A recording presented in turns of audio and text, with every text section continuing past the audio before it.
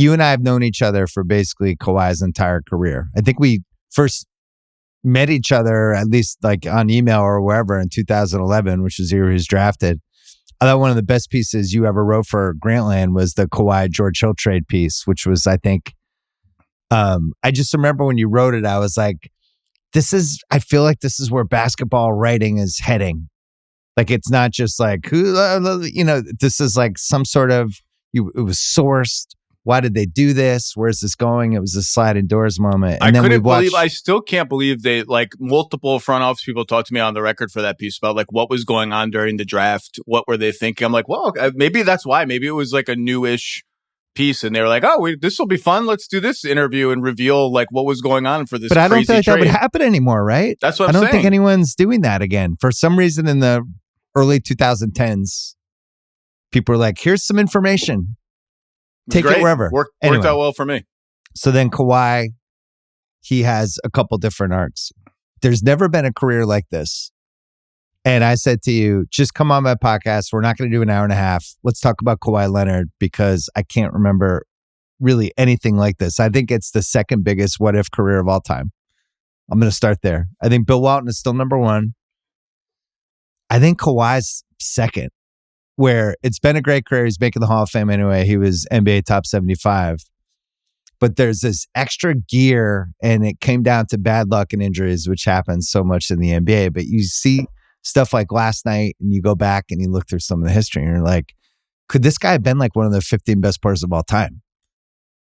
Oh, there's no... Did he make top 75? I think he did, right? He did. So there's no question he would be one of the top. He might already be one of the top 50 players of all time. He's a two-time Finals MVP. He's kind of like the Gale. No, I said 15. Oh, 15. I'm talking like. Oh, I'm talking high levels. So now I'm talking like he's in the Durant, Barkley, Giannis, maybe heading toward where that Shaq, Moses, Hakeem level. Like, how high could it have gone? I don't know. I just don't know. Now, health is a huge part of this. Durability is a huge part of this. And the best guys ever have always managed to stay on the court has been one of the things. And he wasn't able to do that, which is why it's a what if. But his best was up there with everybody from this century. No question. Two-time Finals MVP, Defensive Player of the Year, 50, 40, 85 in the playoffs. Right. And we'll talk. I did a little dig. I did some basketball reference sorting. I got some good stuff. All-time two-way wing, most valuable position in the league. Has multiple iconic playoff series, playoff moments, and one of the most iconic playoff shots in the history of basketball, the four bouncer, right in Toronto against the Sixers. And like again. You never know, like, with these guys, like, all the time he's missed, if he had played all that time, if he had played twice as many minutes or 1.5 times as many minutes, how does he look right now? Because right now he looks incredible and fresh and all that stuff. But yeah, I mean, look, he hasn't finished the season healthy since 2020, since the bubble. He has not finished his team season available to play since the Clippers flamed out in the bubble. And knock on wood, we're only 2 games into this, and he's playing a ton of minutes, and he played a ton of minutes at the end of the season. If he plays like this, like I think we just did you just give up on this? Like I just kind of get like when they lost Paul George in free agency, I was just kind of like, he's going to miss half the season. It's going to be all dependent. I just didn't see the Clippers ever reaching this level again in this iteration of them, in part because I just kind of gave up on this. It just seemed like a pipe dream that we'd ever see this level Kawhi in the playoffs every game. And I really, you know how much I love Kawhi. I voted him MVP in the year Russ won the MVP when it was a super controversial vote. I think I was one of 8 guys to vote for him. I thought he was the best player in the league that year. And I just hope we get to see this because what he's doing and just eviscerating every defender that they threw at him last night. 15 of 19 for 39 points is ridiculous. And the last basket of the game, it was to put them up by 3. Hard shots too. And a steal right after that. Shots, right. He just, what we saw last night in game 2, which is why I want to do this segment, because I don't feel like it's possible to overreact to it. What he did last night was as good as I think I've ever seen him play. And this is a guy who's had some amazing moments. But yeah, I mean, if you go through it, there's so many what ifs with him where you start with like, what if the 2017 playoffs when he gets hurt, right? I don't think they would have beaten Golden State. I think that's one of the 3 or 4 best teams of our lifetime. But it would have been a good series. And we saw enough in the 2.5 quarters of that game to be like, okay, like he's going to give them a puncher's chance in all these games. Like they'll probably lose 4-2 or 4-1, but this isn't going to be like a walkover like everything else they had that year. Yeah, he's going to be throwing punches. What if he signs off on the 2018 Boston trade? Is a really good what if. Okay, when Boston was trying to come after him. Take me. That's your world. Well, that at least would have been Jaylen Brown and some other stuff. And I think Boston was really hesitant to actually consider talking about it because he was making it so clear this is a 1-year thing. And I'm going to LA. And wink, wink. I'm going to a different city after. When Toronto didn't care. There's the what if Kawhi just re-signs with Toronto in 2019 because they had a pretty good nucleus, and you think like the league was a little bit weird there in 20 and 21, 22. Could they have won gotten 50-something games the next year? They were one of the best stories. I think, did Nick Nurse win Coach of the Year that year? I think after, yeah. There's the what if Kawhi signs with LeBron and the Lakers in 2019, which is what we thought was going to happen. Woo! And I don't even know, can they get Anthony Davis at that point? Probably, I don't know if they could, maybe they could have fit all these. I can't remember the details of it, but maybe if you get Kawhi, you don't need Anthony Davis and you're using those picks for other things and you're building around those two guys. Those two guys make sense together. What if he starts getting hurt within a couple months after that trade and now LeBron has no running mate and it's ridiculous to even suggest this, Bill. Nothing like that ever falls into the Lakers' laps. It doesn't happen. They don't just get stars that go to their team like shockingly. Yeah. It doesn't happen. What if COVID doesn't happen is a really good what if for really a bunch of different people in 2020, but especially when you think about where the league was at that moment. Milwaukee was kicking everybody's ass. The Lakers and Clippers were the 2 best teams in the West, and it felt like there were 3 teams and then everyone else, and we were headed toward this LA versus LA. Then the COVID, the bubble, things get weird, whatever. And then, the last one is what if he stays healthy in 2021 when he gets hurt and then Paul George elevates. But I forgot this. He played 11 playoff games that year in 2011 and he averaged 30 a game in the playoff games. 7 against Dallas and 4 against Utah. 4 against Utah and then kind of left. I went to the game where he kind of left near the end of the game. It's like, that's not great. Well, can we just stop for a second? Like, yeah, we shouldn't slow down on it. We should slow down at a couple of things. Yeah. The first one is the bubble and COVID, because I picked the Clippers to win the championship that year, and we learned pretty quickly, even during the bubble and then after, that no team wanted to be there less than the Clippers, and they just completely. Right. I don't know that I've ever seen a team let go of the rope like that. Like they did against Denver. Like they wanted to leave over trying to win the title. Seemed to be a feeling that was pretty pervasive. And 2021, he gets hurt against Utah. The series is 2-2 when he gets hurt, and they end up winning the series. Essentially the end of the Jazz of the Mitchell Gobert, iteration. Yeah. They had one more year after that, but everyone knew it was kind of over. We just like I that 45-point game 6 to save the Clippers season.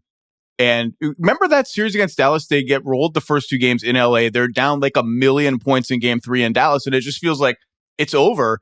They saved the season. They're still down 3-2 in game 6. And he plays one of the best games I've ever seen anyone play. 18 of 25, 13 of 16 at the line, 45 points, and the usual defense, and single-handedly wins the game and saves their season. And then he follows it up with like a ho-hum 28, 10, and 9 in game 7. Right. Just that's one of the best games. That's up there with any game I've ever seen anybody play. I just wanted to say that. Slow down and say that game. Well, and then you think from a Clippers standpoint, the most tortured NBA franchise we have, and 21 is just wide open. You look back at that season, it's like Bucks team that I'm not even sure was the best Bucks team. The Suns make it, right? And I think there's a bunch of teams that are like, we could have beaten that if this had happened or this had happened or this had happened. And that ends up being our finals and the Bucks wins. But Bucks win. But I think the 22 Bucks team, you could make a case if Middleton's healthy that year, they're probably a better team than the 21 team. So anyway, a whole bunch of what ifs. From the what if career standpoint, Walton's still number 1 for me because he just wins multiple titles in the late 70s and goes down as one of the best 15 guys ever. Kawhi is second, and then my other two for my lifetime were Andrew Toney, who really only played 5 years, and then his feet went on him. But I just think would have been a Hall of Fame two guard and probably the second best two guard in the league behind Jordan. And then Bernard King was the other one. He was 28 years old when he blew out his knee. He was averaging 33 a game that year, which in mid-80s standards is like 40. And came back, but was never really the same, but was he was the forward scoring Michael Jordan of that era. And then the only other one I have is Yao. I'm glad you brought up Yao because I want to bring him up later. Yao is the one where it's like, man, we kind of forget that Yao only played like 8 years. Ralph Sampson? Sampson's a good one. I'm not sure he knew where, he got hurt, but I've always felt like he spent 4 years in college. And then it's like, am I a center? Why am I on the perimeter this much? I'm never sure he totally figured that out from like a ceiling standpoint. Yao could have been 23-10 for like 15 years, but I think the China national team murdered him. And then there's some other ones. There's like the T-Mac and C-Web, but those are guys like they had good careers and they got hurt a little bit later. But I think those are my 5. Anybody else you have? Well, there are some. It depends how what if you want to, I mean, Len Bias never played in the NBA, but we're working. So I'm glad you brought up Yao because I just did to point to your point about how unique Kawhi's career is. I just did a search on Basketball Reference. People in the Hall of Fame with player efficiency ratings for their career. PER, everyone craps on it now. It's like a useful, like if I just need a catch-all, like was this guy good? How was he, right? Yeah. PER above 22 for their career. Kawhi's regular season is 23.2, I think. And because I wanted to see how many guys Hall of Fame that elite level and how many played fewer than Kawhi minutes wise. I think Kawhi's at about 23,000 career regular season minutes. There's only 3 guys in the Hall of Fame that meet that PER standard and played fewer minutes than Kawhi. One is George Mikan, okay, like original NBA, right. Dinosaur, but innovator, ABA commissioner, all that. One is Neil Johnston, 50s Philadelphia Warriors player, probably made your book of basketball. Bill Russell kind of took him out. And the third is Yao Ming. And so that was a name that I thought of right away even before I did that search. He only played 15,818 career minutes. But obviously, unlike Yao, Kawhi is a multi-time champion, multi-time finals MVP. And then you go right. And then there's a Neil Johnson played 18,300 minutes. And then there's a 10,000 minute jump to the next guy on this list. And it's Dr. J, who obviously played in the ABA too. So he's got other men. Like there's a 10,000 minute gap between those two guys, and Kawhi's right in the middle of it. Well, and then you think there's only 3 guys who ever won finals MVP for 2 teams, and the other 2 are LeBron and Kareem. I have my 42 club that I still stand by as one of the dumbest but accurate. Club. Is that the one that cuts off Karl Malone? I got to 42 because it was the best way to cut off as many Karl Malone seasons as possible. Points, rebounds, and assists. Sorry, Carl. No, don't be sorry. If you go 42 club who made the finals since Michael Jordan, Shaq has 3, LeBron has 6, Kobe once in 01, Iverson once in 01, didn't win the title, Duncan in 03, 45.4, Kawhi in 19, 45.4, Giannis in 21, 48.1, Jokic in 23, 53.5, and Luka last year, 47.0. Gives you a sense of, first of all, how great that 19th season was. But then also, like, that's where we are. And the only outlier in all of that is probably Iverson, who he took a ton of shots, but wasn't like a points, rebounds, assists like how some of these other ones. Even Kobe only made it once. And then the other thing with Kawhi, well, how many guys have gone from incredible glue guy to awesome A+ list scorer? I was trying to think like SGA. Kawhi was a better glue guy than SGA. But where you thought their career was going to be one thing, and then it became something completely different. It's a great How many guys can you think of who were like, wow, I just didn't see this? Because we were working together and we were going to those finals games. I never thought Kawhi would be a guy who averaged 30 a game in the playoffs. That was inconceivable. Well, I remember after the first Spurs Heat final that the Spurs lose the Ray Allen game and all that. He had moments in that series. I don't have his game log up in front of me now, but he had moments in that series where it was like, ooh, something's interesting is happening with this Kawhi. Like he's guarding LeBron like that. Okay, fine. Like he's a great defensive player. Actually, let me bring up his game log as I'm talking, but he's guarding LeBron. He's guarding LeBron comfortably, by the way. Yeah, and LeBron respects him already. And now he has games. I'm looking at here's his last 3 games of those 2013 finals. 13 or 14? 13, the one they lose to Miami. 16 points on 6 of 8 shooting, 22 points and 11 rebounds on 9 of 14 shooting. Game 7, 19. He misses a big free throw in Game 6. Obviously, people remember that. 19 and 16 on 8 of 17 in Game 7. 45 minutes, 46 minutes the game before. He has double-digit rebounds in 5 of the 7 games. Wow. And I remember before the next season, I wrote a piece about this for Grantland. This guy is the biggest X factor in the league this year. And I was like the only time I think I ever got a one-on-one interview with Kawhi. I called the Spurs. Wow. I was like, hey, I'm writing all about this kid. He was a kid back then, whatever. And I remember their PR guy, Tom James, was like, this will be your one for the year. Like, don't call and ask for Pop. He was being polite about it, but like, you know how the Spurs are. I was like, you're not getting Pop. Like, this will be the one. But like, I think it's a good idea. You should do it. And then he ends up winning Finals MVP and making me look really, really smart. But you could see enough in that first Finals where it was like, okay, something different is going on. Something more is here. But again, to be an MVP candidate and a guy who we'll go through his playoff numbers. But even in the 2014 Finals, I don't think you could see that coming. He was kind of like MVP by, you had to pick a Spur. And he was, yeah, nobody, it was such a team win. And he did, LeBron's numbers are actually pretty good when you look back at that series, but he did a good job of at least going toe to toe with LeBron, which is why I think he won. And his stats are good. He was in an interesting spot there the first couple of years we were working together, where he was the go-to guy if you were talking about, who I really love? And he was the guy. Like, who's that now in 2025? Or who I really love? It would have been like... It's like a Jalen Johnson, like those guys, but on a better team. But those could have been like Evan Mobley or Cade Cunningham before this year. Right. But maybe not even quite that. But he didn't have the pedigree of those guys, right? No. But it was one of those things coming out of the gate where they were like, yeah, there's something here with this guy. But I always thought he was going to be Pippen. And Pippen was a better, like, kind of passer, creator than him. He had the ball more than Kawhi did. But to me, the best, still to this day, the best 3 perimeter players I've ever seen in person. And maybe Amen Thompson can get here. But wow. Maybe. I don't know. What is he, 22? But the best I've ever seen in person, Pippen 1, Kawhi, and Rodman. If I'm just talking about, I need a long athleticism. I need a long athletic perimeter to shut down this score. Who am I picking? Those are the 3 guys.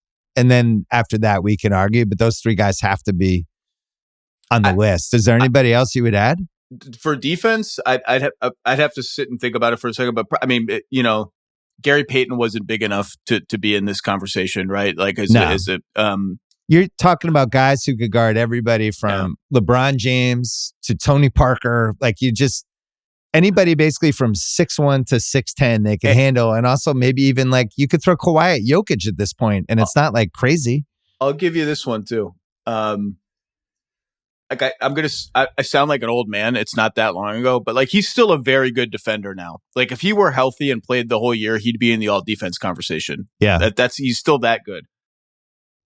Peak Kawhi, like 2016 to 18, 19 defensive player of the year candidate Kawhi, was legitimately terrifying.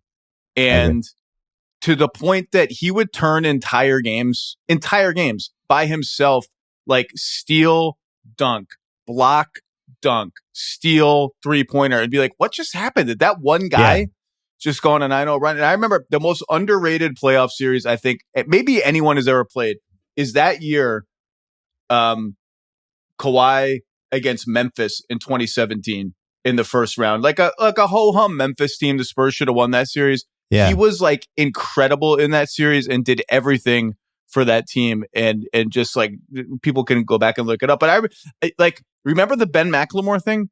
I think he ruined Ben McLemore's career because Ben McLemore tried to dribble within like a 10-foot radius of Kawhi, and Kawhi just took the ball out of his hands 2 possessions in a row and went and dunked on the other end. I wanted to write a story about that. I approached Ben McLemore's people once, and I was like, "Can I write this story?" And they're like, "I don't think he wants to talk about that." But still not ready. But I ended up writing something different about him. He had he was a very sweet guy and had an interesting arc to his career. But like peak Kawhi, if you were not like an A-level dribbler, you could not dribble anywhere near him. He would just take the ball from you. Well, I remember one of my last pieces I wrote for Grantland. We did this art drawing because we were talking about how Kawhi was like an octopus. He hit this level the second half of that 2015 season, coming off the Finals MVP. And that second half of the season, where there was a lot of storylines going, right? Like Curry, the Warriors are winning 67 games. Curry's about to win an MVP. Blake has become one of the best 5 guys in the league. LeBron's in his first Cleveland season. Harden is starting to really kick ass on Houston. And it felt like this sea change of like this new generation of guys taking over, kind of taking the steering wheel of the league. And then Kawhi was in there just wrecking everybody. And I remember we did this octopus drawing of him, and you can find it probably on one of the last Grand. But Kawhi's face on this octopus, because he would just kind of be on the court. He'd be like, "I'm just going to take the ball," and he would just go over and like grab the ball. But you could see the moment when he would decide, actually, I think I can just get the ball. Like yeah, you're dribbling it like everything's happen. normal. How about I just take it? I'm just going to grab it. So that stretch he had on the Spurs, basically from the second half of 15, 16, 17, leading to him stepping on Zaza's foot. He was as good as any. And we have Durant humming on OKC at that point. We have kind of the last stages of Carmelo. We have LeBron on Cleveland. We have a lot of good forwards, and it's just this amazing forward stretch. I have him. I was thinking most talented small forwards in my lifetime. Just talented. I'm not going best career into that stuff. And LeBron's one and Bird's two. And then Kawhi versus Durant, if you're just talking apex, it's pretty good. It's a pretty good argument. That's almost a 3A, 3B thing. And Durant's had a better career because he was more durable. I don't know the answer. It's actually kind of amazing and speaks to how great he was during, that 5 or 6 year stretch. That he's a 6-time All-Star, because it doesn't feel like he's been healthy enough in his prime to be a 6-time All-Star. It's just when he's minimally healthy, it's so obvious that he's one of the 5 to 8 best players in the league that he just makes the All-Star team every year. The Durant one is interesting. Durant's got the height and the quick twitch shooting from any range ability. The bulk and defense and just you can't move him at all that Kawhi brings. Both of them are their assist numbers. Durant's probably a little higher, but broadly similar in that they're not a primary creator. They're more a secondary creator. It's an they're interesting in the 4 assist range. It's an interesting one. Well, one other thing with both of them, there was a little bit of a Swiss Army knife with each, where I felt like you could play Kawhi at either forward spot and get away with it, right? You could play Durant. I mean, it's not awesome to play him at small forward, but you could do it. But really, he has the ability to either you go stretch 5 with him and just go smaller, or you can play him with a center. It was just a more flexibility in a lineup than maybe LeBron had up until later in his career, where LeBron was like, he needed certain things around him. Those guys you could kind of mold, whatever your roster is, you could kind of mold them a little bit. But I really think those are the 4 best, quote unquote, small forwards I've seen in my lifetime.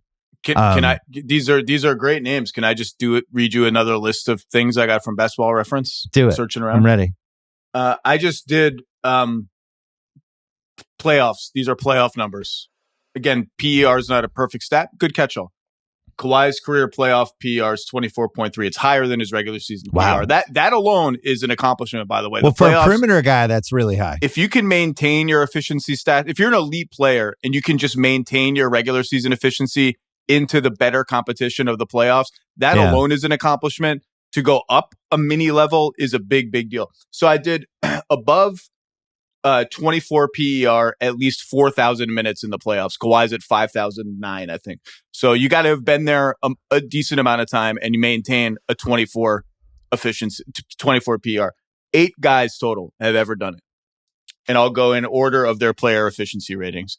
Number 1, Michael Jordan, 28.6. Number 2, LeBron James, 27.9. Number 3, Shaq, 26.1. Number 4, I still think for my money, maybe the most criminally underrated player in the history of the NBA, Hakeem Olajuwon, 25.7. Not by me. Not in this house.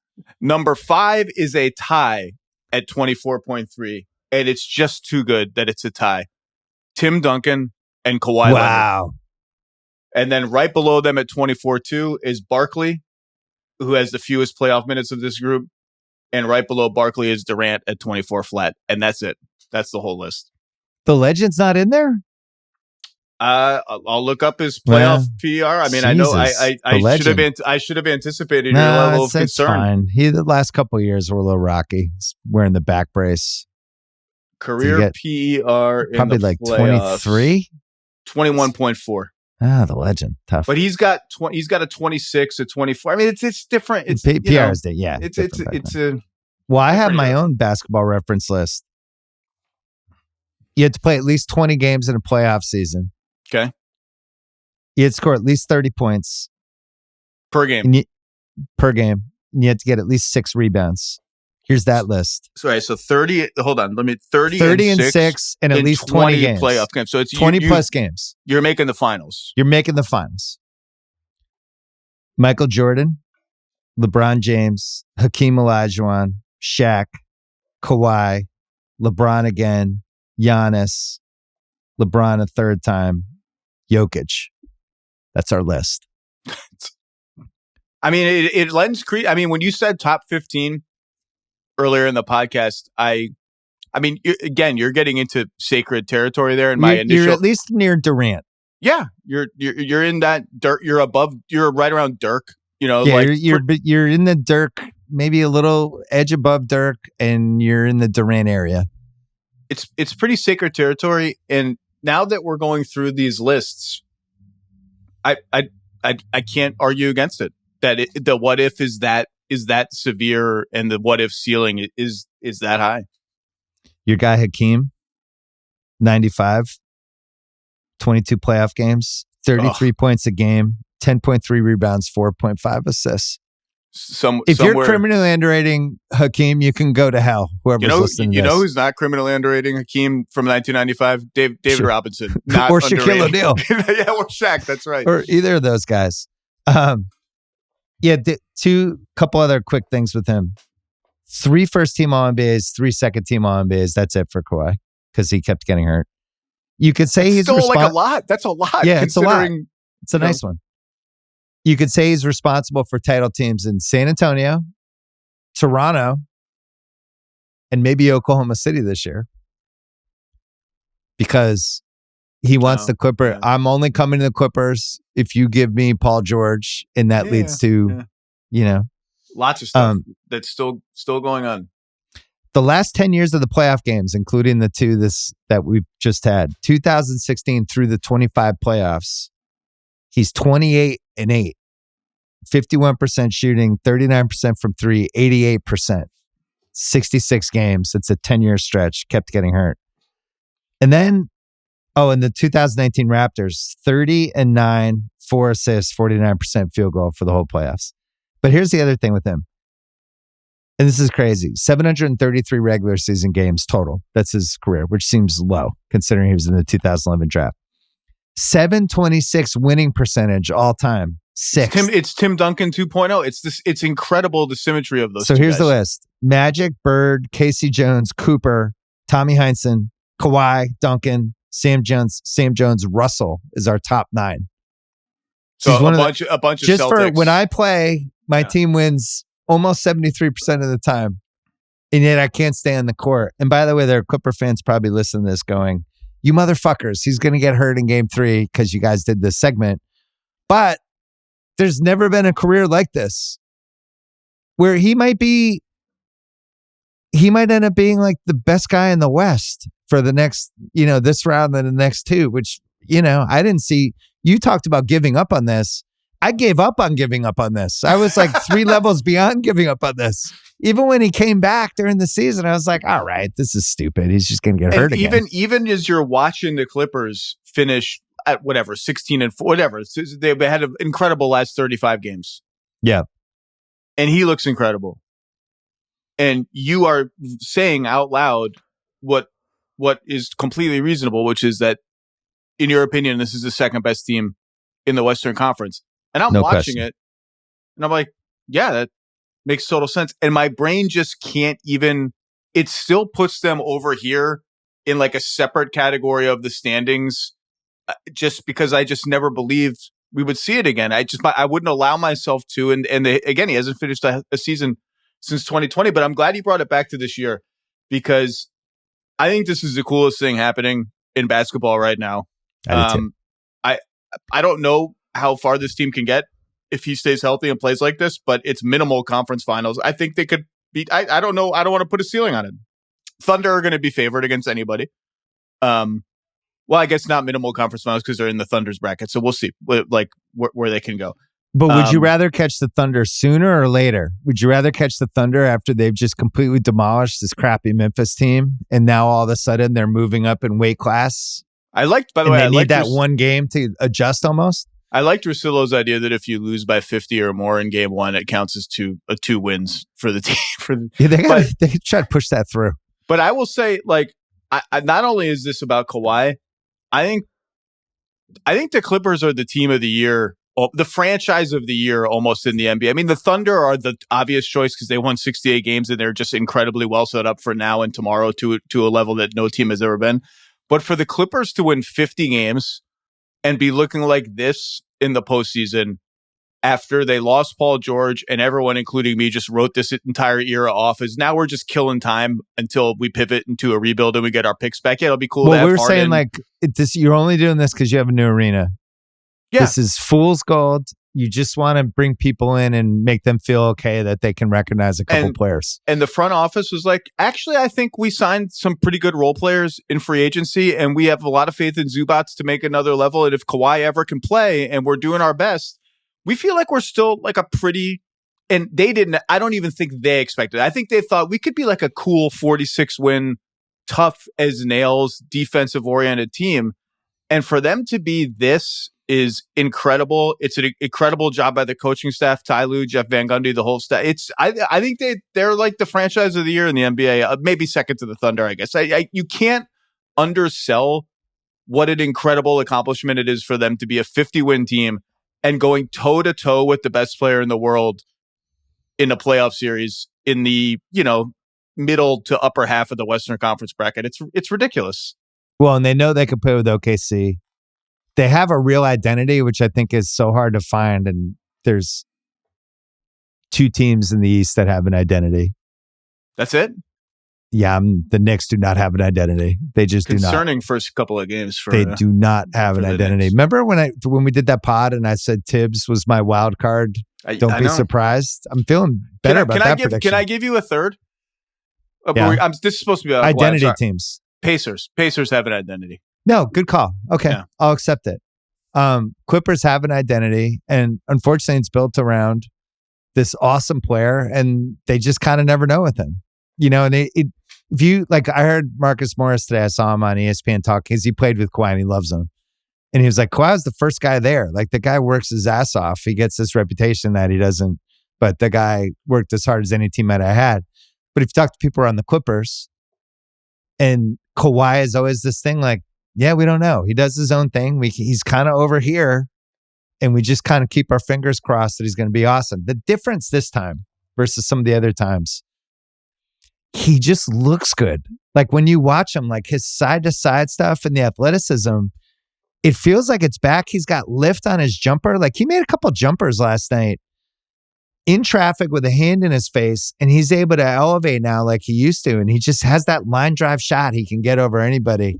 And he's such a weird player. There's no player like him now who's like, I just want to get this 14-footer. I just want to get to my spot and get it, and I'm going to get it. And, so. Well, that's why he's always been an elite postseason player, among many other things, is that there is some truth to the idea that in the playoffs, you need a little bit more than in the regular season, at least. You need some twos. Guys who can get those shots. And he can get, like the last shot he made last night to put the Clippers up at 105, 102, I think it was. Yeah, it was the last shot of the game.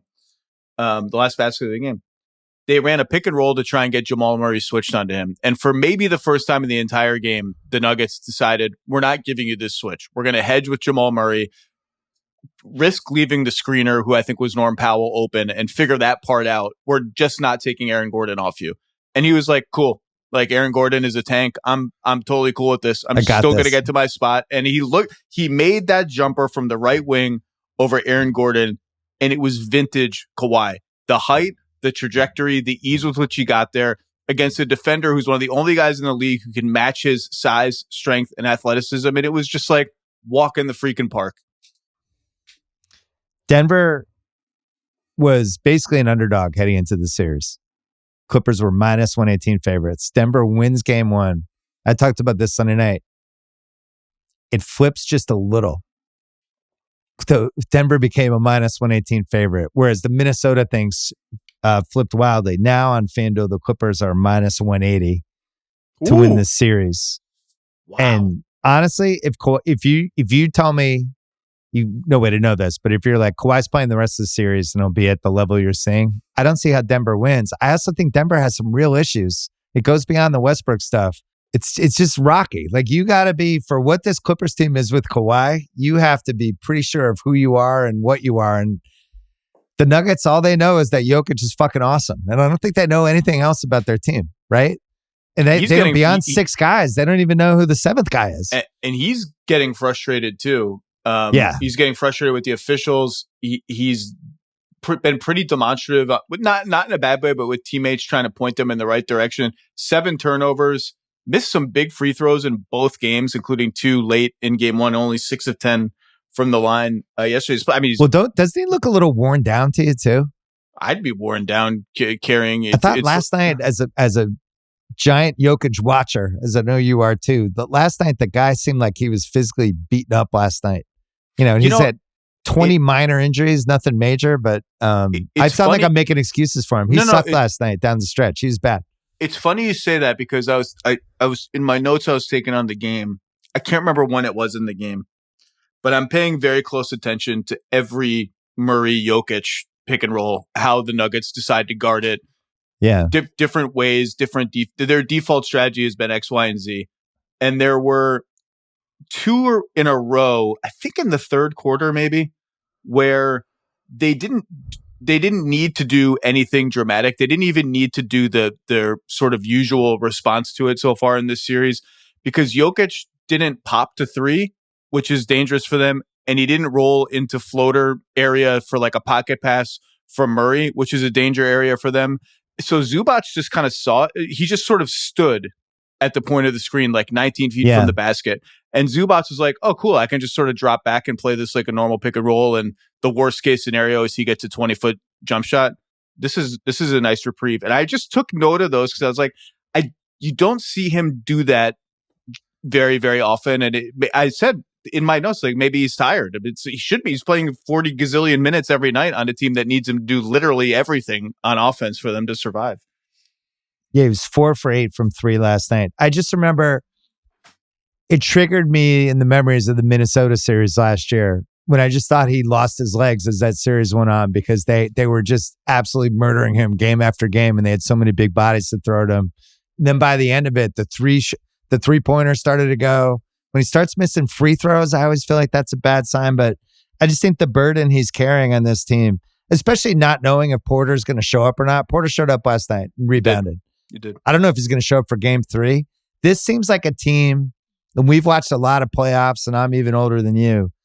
This seems like a team teetering on, this could really go badly in these next 2 Clipper games. Or they'll just look, Jokic will be great in game 3 and be like, what were we worried about? But I just feel like they're, like, if I go through every other team, like the Knicks have real problems. We knew this. I don't really change anything I thought of the Knicks, other than I was surprised how well the Pistons have played. The 7 of the 8 quarters, they look good, right? They'd won a horrible quarter, and it's a 1-1 series. The Knicks, we knew they didn't have a bench. We knew they were going to have to play too many minutes with those guys. Denver, I could just see this going any direction now, and I think the Clippers are better than them. So we'll see with Kawhi, but I'm glad we captured this moment, because... Well, can I just add one more Kawhi thing that is too irresistible, given that this is a podcast with you? I think about Kawhi 100 nights a year, 50 nights a year for this reason and this reason only. I don't even know if you remember this. After the 2017 season, when Russ wins the MVP and averages a triple-double, you voted for Harden, I believe, right? It was the most we've ever texted about an MVP. And you did a classic Zach rope-a-dope, and you went, although I could feel you going toward Kawhi.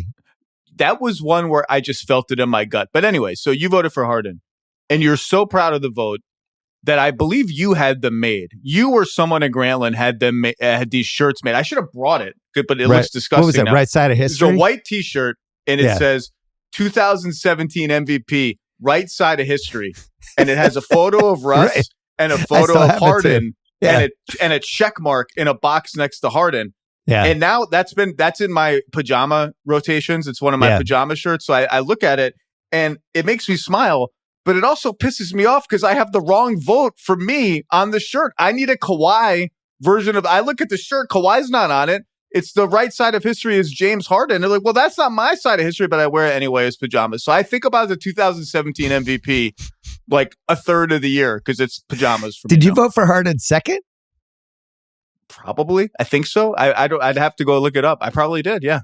That was the year like LeBron was fourth and you just felt like this is insane or that, this is the way this is breaking. How? Why? But that's how it broke. The LeBron MVP conversation goes every once in a while. The only one he has a case for after 2013 is the 18 one when Harden beat him. I voted and the for numbers Harden were around the same. I voted for Harden too, but Houston won 65 games and Cleveland. LeBron spent 6 straight weeks pouting and giving everyone that's why he didn't eyes. win, which nobody remembers from Basketball Reference. He did because he hated his team and was like, I need you to trade all these people. Basketball Reference doesn't capture that, unfortunately. But that's the one that I think people mentioned, but Harden clearly should have won that year. All right, Zach, you have a podcast coming Thursday? Thursday, we're going to recap everything that happens Wednesday and Tuesday, depending on which series we have time to talk about, and look ahead to Games 3s and Games 4s. I think that's coming right off a Warriors-Rockets Game 2, and it's coming right off Lakers-Wolves. Will have a couple extra days of rest, so we'll see. If the Lakers are down 0-2, it's going to be DEFCON 1 across the airwaves, baby. Let's go. Are you on Kuminga watch, or have you just sold out your stock and given up? I'm going to keep the stock because I'm going down with the ship.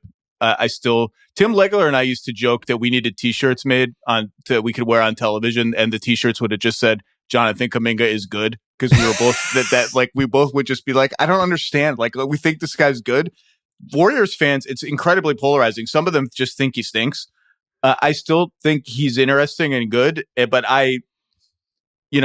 if they're not dusting him off now and they're winning games, I kind of think the ship has sailed, but you never know. In the playoff, the longer you stay in the playoffs, if they get through this series, the matchups change, someone gets hurt, you never know. But I don't even think about him anymore, sadly.